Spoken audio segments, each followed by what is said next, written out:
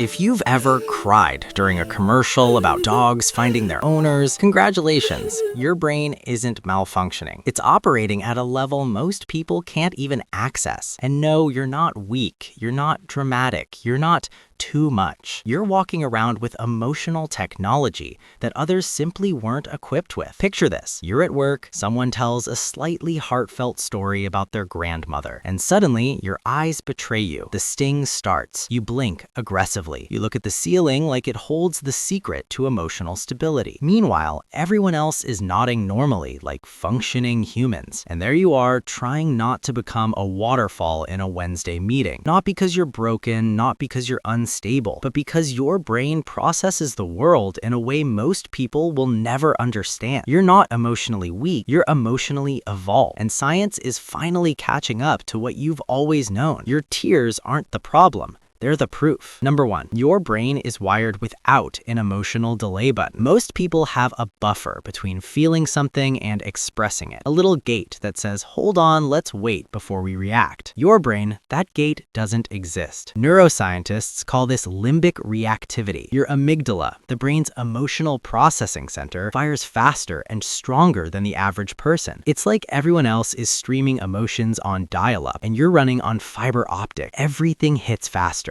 Everything lands harder. Everything registers. While others take 3 days to realize they were hurt by a comment, you felt it in real time, processed it, cried about it, and moved on. That's not weakness. That's emotional efficiency. Here's what nobody tells you. Crying isn't a breakdown. It's a download. Research from Dr. William Frey found that emotional tears contain stress hormones and toxins that your body literally expels when you cry. You're not being dramatic, you're detoxing. Meanwhile, people who hold it all in, they're walking around with emotional constipation, wondering why they feel heavy all the time. Your body figured out the release valve. Everyone else is still looking for it. And here's what's wild. Studies show that people who cry easily often recover from stress faster than those who suppress. You're not prolonging the emotion, you're processing it in real time. That's not fragile, that's genius-level emotional hygiene. Number 3, you feel what others are too numb to notice. Ever cry because someone else was happy? Because a stranger's story moved you? Because a movie scene hit something deep you didn't even know was there? That's not instability, that's profound empathy. Psychologists call this affective empathy. Your mirror neurons don't just observe emotions, they experience them. When someone near you feels joy or pain,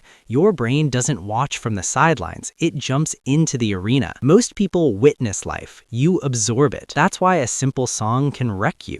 Why a kind gesture from a stranger can unlock something. Why you feel so deeply for people you've never even met. You're not too sensitive. You're actually connected to the human experience in a way most people have been numbed out of. Number 4, your tears speak what words can't. Here's the truth nobody admits. Crying is a language. It communicates depth, authenticity, and presence. Studies from Tilburg University found that people who cry are often perceived as more trustworthy and emotionally genuine. While everyone else is performing composure, you're being real, and people feel that. Even if they don't say it. Your tears aren't embarrassing, they're disarming. They signal to others that you're safe, that you feel, that you're human. In a world full of emotional robots, you're walking proof that feelings still exist. That's not a flaw, that's leadership and vulnerability. Number 5, you're not crying because you're broken, you're crying because you're open. Most people spend decades building walls, suppressing, numbing,